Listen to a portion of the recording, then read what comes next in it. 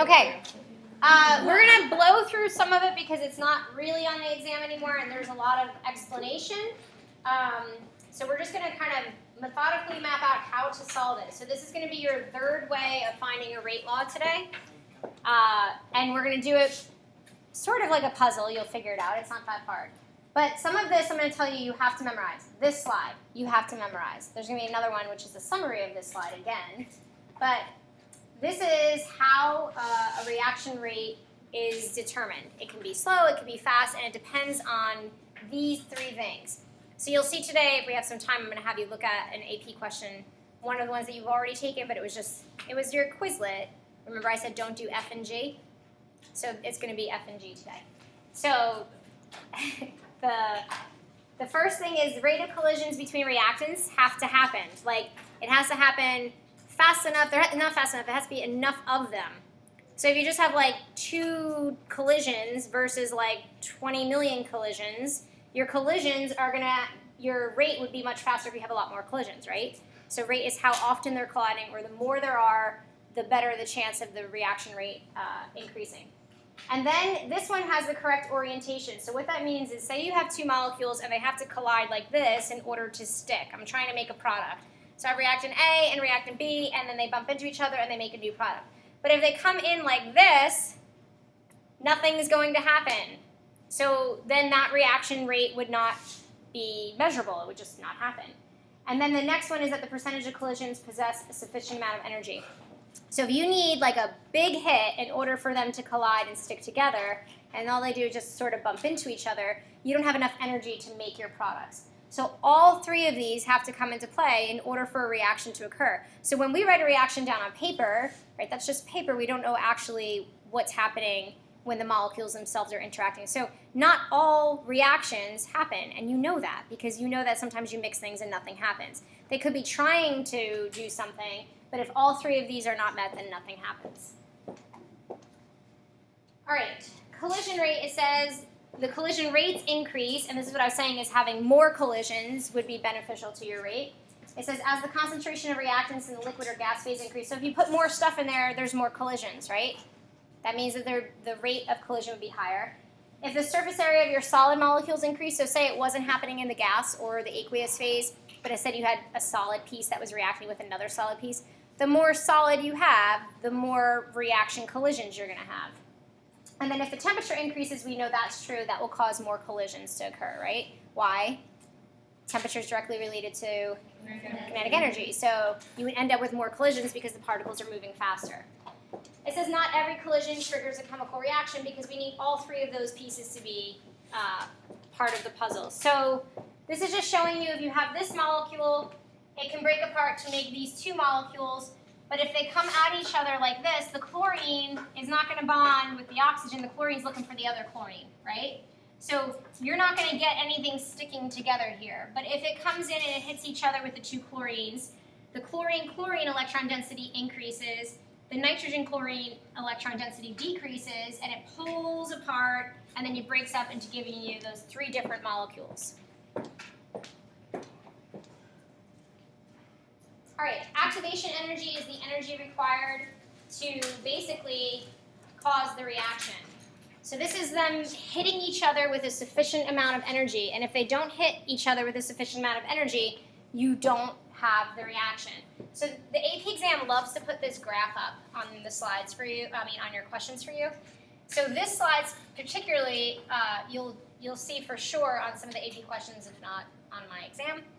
So you're going to see this graph. And what it's showing you is that you start with your reactants, you have 2 different reactants, and they eventually collide with one another, just like you saw on the last slide, right? So say they have the correct orientation, they collide with one another, and for a moment you form this sort of big aggregate molecule where they all just get stuck together. So notice that this is potential energy, this is as your reaction proceeds. So your potential energy is here, and then it begins to increase. How does potential energy increase between molecules? They get further apart. So they start spreading apart. So these 2 begin pulling apart, right? And this molecule's coming in. So our potential energy is increasing because all of the molecules are the furthest apart at the top of this peak. And then B and C begin coming together, and A is being dumped off. and then they separate until you end up with your products. So what's important about this graph is looking at the different energy. The energy required to basically pull the AB molecule apart is called activation energy. And that's the energy required to have the reaction essentially occur. If your molecules don't have enough activation energy, then the reaction just doesn't occur. So this is an activation energy diagram, essentially. They write it with a capital E subscript A. And the activation energy, they like this question, is only where your reactants start to the peak of your hump. It is not down here at the bottom, right? Like if you had to run over this hill, the distance you would have to run is only from this part to the top, right? You're not running from underground to the top. So you're starting here and getting to the top, that's your activation energy. To get over that hump is the amount of energy required to to make products. The energy change, this difference here, is the energy that's either absorbed or released to create your products. And we know this from thermodynamics. What is this an example of, an exo or endo? Energy is being given off in your products, isn't it? Exo. So if the graph was up here, it would be that there's less energy in your products, there's more energy in your reactants, so that would be endo, right? Energy we're going to assume is heat for a thermodynamic reaction. So change in energy just determines where the energy left over is either in the products or if it's stored in the reactants, and that tells you if it's endo or exo. And then again, your activation energy hump tells you the amount of energy required. So that little spot over here just says if the energy that they collide with is greater than the activation energy, then the reaction will happen. If their collision energy is less, then it won't happen. So this is just showing you, next slide says, if the collision energy is less than the activation energy, the reaction doesn't occur. Even if they have the same orientation, it just won't occur. So your reactants start possibly trying to get over the hump, right? They hit each other with some measurable force, but then they don't have enough energy. And so they fall back down and they make their reactants, the reactants stay the same. Any questions about that? All right, this is just showing you that your Boltzmann distribution curve is showing you that you have, these are your collisions with a given kinetic energy. This is your kinetic energy. So kinetic energy is obviously increasing as the temperature is increasing, and then this is the collisions that are occurring. So you have more collisions occurring at the higher kinetic energy or higher temperature. It says at higher temperatures, more reactants collide with enough energy to cause the reaction. Right? We know that because they're hitting each other with a greater force, so that means you can get over the activation energy hump. This is just showing you what's called a unimolecular decomposition. It's just one molecule that's causing the reaction to occur. In this particular one, this is ozone breaking down. And ozone breaks down, but it has to have something that it's breaking down with. So it's not going to react with it necessarily. In this case, it's just using M to collide off of. It's almost like, say you ran directly into a cement wall and you break a bone or something. You're hitting that with enough energy, you break yourself apart, but the wall stays unchanged, right? That's what M is. M is called like a solvent or a background molecule. So M stays unchanged, but what bounced off of it gets disturbed into a new product. So call this, in your notes, a solvent. Oh, it's written right there. A solvent or a background molecule. That's what M is. And then it says, for this reason, unimolecular decomposition reactions increase as temperature increases. So basically, you're going to have greater collisions with M, with more force, which means that you'll basically have your decomposition reaction happen more often, quicker, and the rate would increase. Right? The more times you cycle over that hump, the faster you get over that hump, then that means more your rate increases.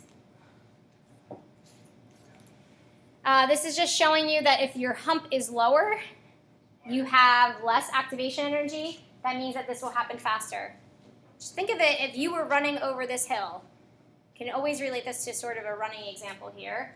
You're trying to get over this hill. You're going to get over a lot faster if the hill is shorter, right?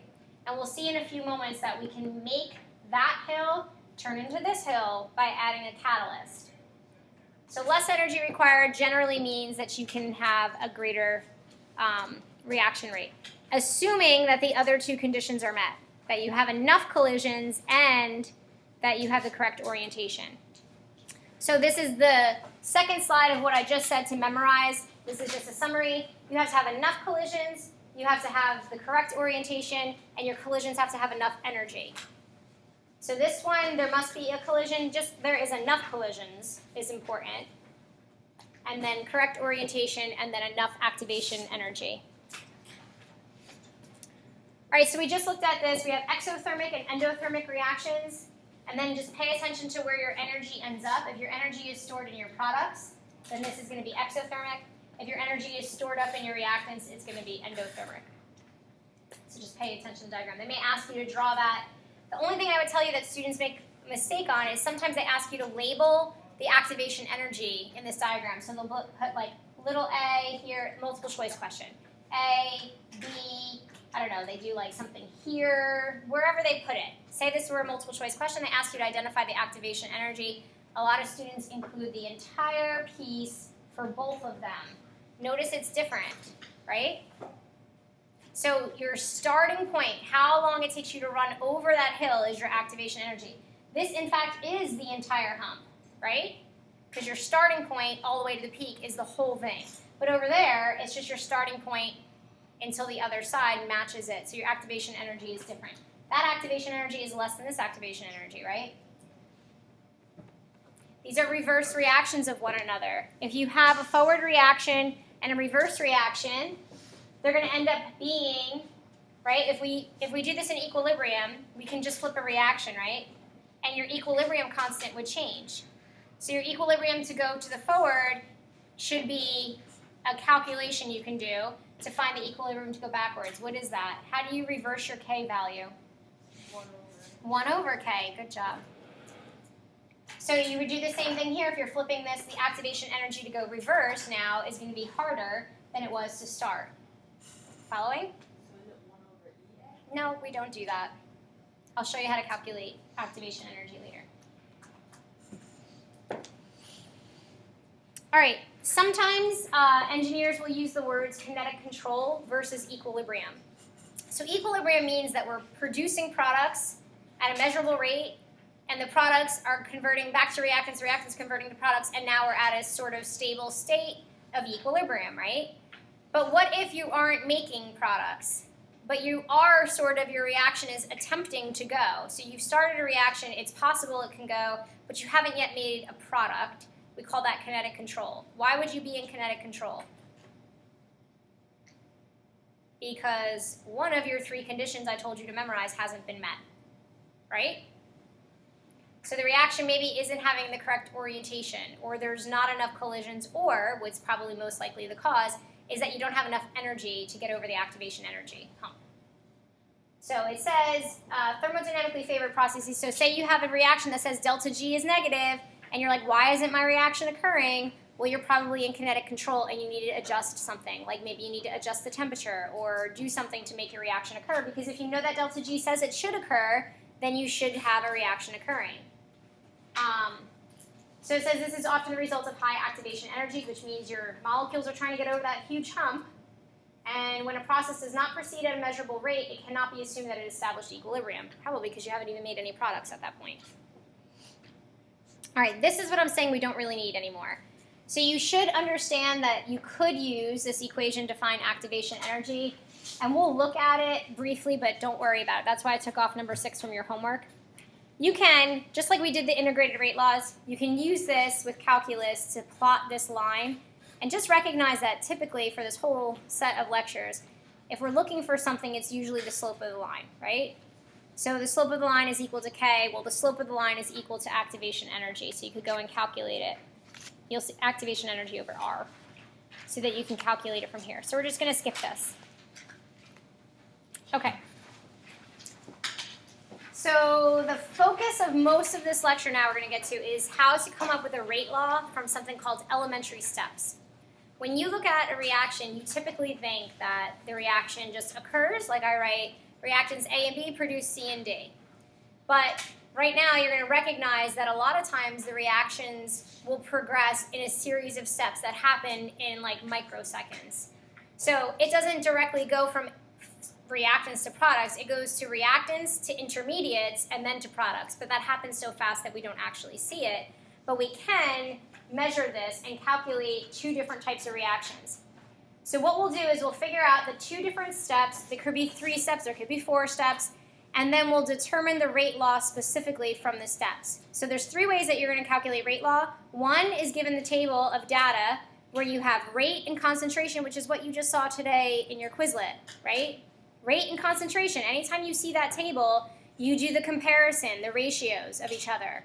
Is it 1 to no change? Double, which is a 1-to-1 ratio, or the quadruple, all that, right? The other way is you get the graphs, and then the straight line tells you the order of the reaction. And now this way is going to be the third way. You will literally see steps. It'll have elementary steps, step 1. It labels it, step 1, step 2, and then you'll calculate your rate law directly from there. I was going to show it to you from your Quizlet, but I can't find it right now. So this is our reaction, but it actually occurs in these 2 steps, and then the sum of these 2 steps will give us this overall reaction. One of the questions that they will ask you is basically they'll say, is this rate law a plausible rate law?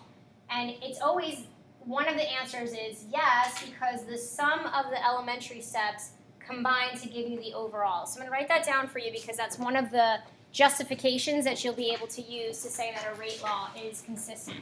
So the question will typically say, is the rate law consistent?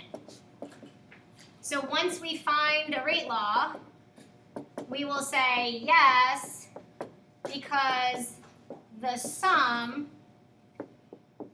of the steps gives the overall reaction. That makes sense, right? If your sum of your steps gives you something else, then that doesn't make sense, right? You can't have things cancel out to give you the wrong reaction. So if you look at this reaction on the slide, you'll notice N2O2 is not part of my reaction, is it? So if I somehow ended up with N2O2 in my final reaction, then that wouldn't be a plausible step because that's not what's up here. This is what the reaction is supposed to be. These can't be the right steps if I don't end up with this. It's as simple as that. So we're going to learn in the next few slides what this is called. It's an intermediate, and it's basically hangs out for a moment in time and then progresses onto the rest of the reaction. So the way that you'll recognize an intermediate is that an intermediate, your justification is it is produced in the first step and consumed in the next.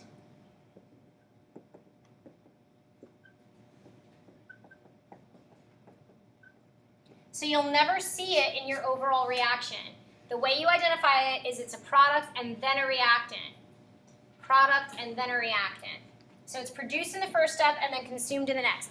Not necessarily that it has to be in the first step, but it's produced in a step prior to the one it's consumed in. Like it could be an intermediate if it's produced in step 2 and consumed in step 3, or it could be produced in step 1 and then consumed in step 2. It's just basically something's waiting around for that to be made. The reaction can't proceed until this other piece is made. So this is an intermediate. You'll have to identify them on the AP questions. All right, so to determine a rate law for the overall reaction, you do this experimentally. So chemists will go into the lab, they'll do some rate law experiments, they'll come up with what their best guesses of what the different steps are, and then you determine the rate law from that. So they're showing you this reaction, and they're coming up with the rate law for it. So they're telling you that this is going to be a second order with respect to NO2 and 0 order with respect to CO, which means that no matter what happens to CO, it's not going to be involved in the rate. So here are your 2 steps. You have step 1 and you have step 2. The easiest thing to do is you're going to look at the steps, I'll show you this in a moment, and you're going to write out your rate law directly from the coefficients. So when you have your step 1, step 2, you can use the coefficient as the superscript, which is the order. for elementary steps. Which is what this says. For any elementary step, the coefficient is equal to the superscript. That's basically what this means. So you can use the coefficient as the superscript for elementary steps.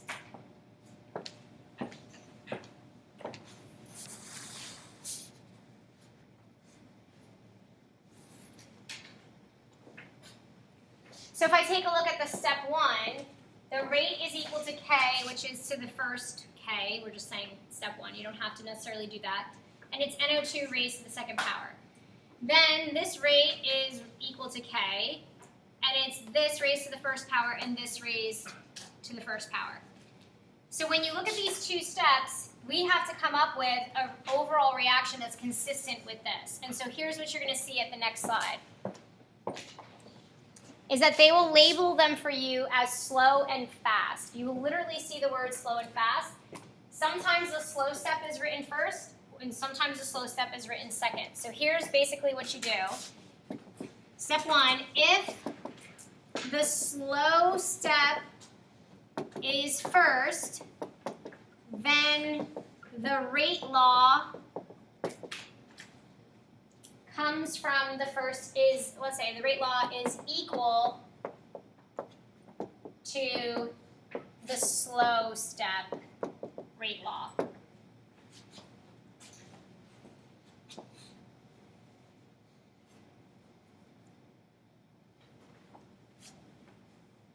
So it's going to be exactly whatever the slow step is. That's it. You just write it. So if the slow step is first, you figure out the rate law because you just take the coefficients and make them the superscript, and then that's the rate law for the equation. If the if the slow step isn't first, it could be second or third, then solve/substitute to get rate law. I will show you how to do that.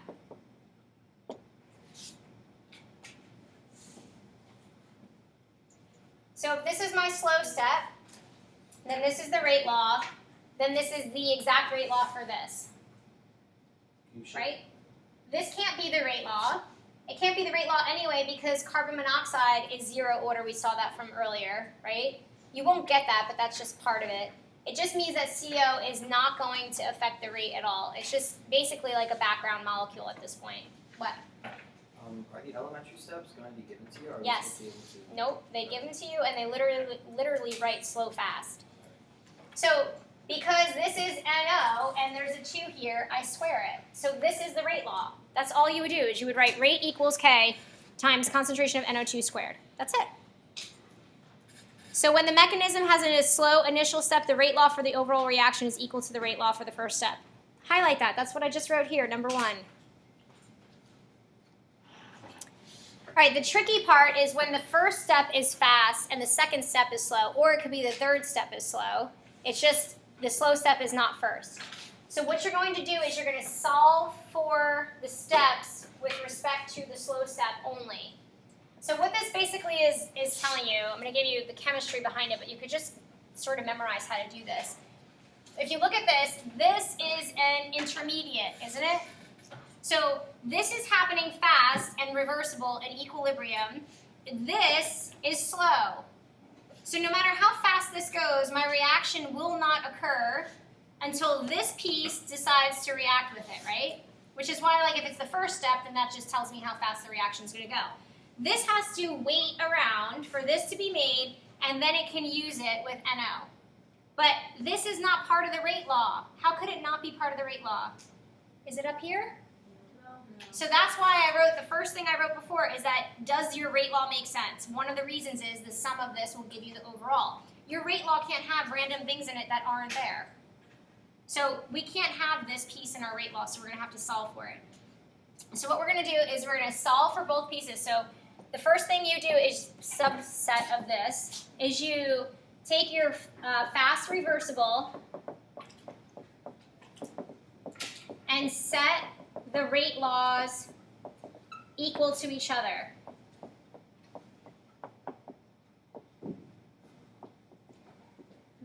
then solve for the intermediate,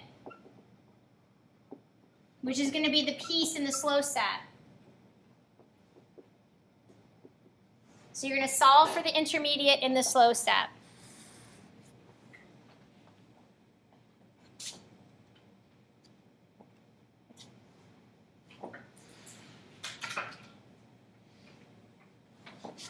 So I'm going to go back here and I'm going to look at this fast reversible step. Do you see this? And I'm going to write the rate law for this is NO raised to the first power O2 raised to the first power. I'm just not literally writing out the word rate equals K at this point, okay? And then I'm going to set that equal to the other rate law. So I'm looking at that NO3, and then that's equal to the concentration of NO3. And then this is my fast step. My slow step, I'm going to write the rate law for that, is NO3 and NO. But I can't have NO3, right? We just realized that that's an intermediate. So I'm going to take this, what that's equal to, and I'm going to plug that in there. So now my new rate law should be NO, which is going to be squared, yep. This is the whole thing, right? But there's two of these here, both raised to the first power. So essentially, it's NO squared times O2. Following? Let me just show you something that might trick you up. What if this were squared, but this one's not? We have to solve for it so that it looks the same. So you would normally just square root that to get rid of it, right? We don't actually put square root signs. We need superscripts. So how do you get rid of this? You raise this to the 1/2 power because that's what a square root is. A square root is raised to the 1/2 power. It could be a cube root if they needed it to be. You just have to use superscripts, not cubed. I mean, not little graphical representations of it. So I would raise this to the 1/2, which means that these would be raised to the 1/2. And then when I solve it in here, it would be raised to the 1/2. Are you following? So it might not look like you want it to be. It might not look like whole numbers, but it'll still have the correct rate law there. And we're allowed to keep it as not whole numbers? Yep, it might not be. Yes? You have a concentration like NO2 squared. I know where you got that from, but where did you get that O2 from? It was in here. But you already used it. No, I didn't. I've used it back. This is the rate law. This is equal to this one. And then I just plugged it back in. Oh, you have to plug it into that NO3 too. Well, that's what this was, NO3. So this piece, take away these halves because that's not part of this anymore. Right? This is equal to that. So you set them equal to each other first. And then you solve for it with respect to NO3, and then whatever NO3 is equal to, you plug it directly in. All right, I know we only have 1 minute, but I'm just going to ask you to read some of it tonight. This one you can read. This is what this is telling you, is basically that it takes more effort for a termolecular than a bimolecular than a unimolecular because these three require 3 molecules to collide versus this only requires 2 molecules and this only requires 1 molecule. In other words, the rate for this is likely to be slower than the rate of the other two because it requires more orientation and more collisions. Just look at the rest of this tonight. I will go over this question with you, but the rest of it is just telling you about catalysts. I suppose we'll do catalysts tomorrow. You could stop before catalysts.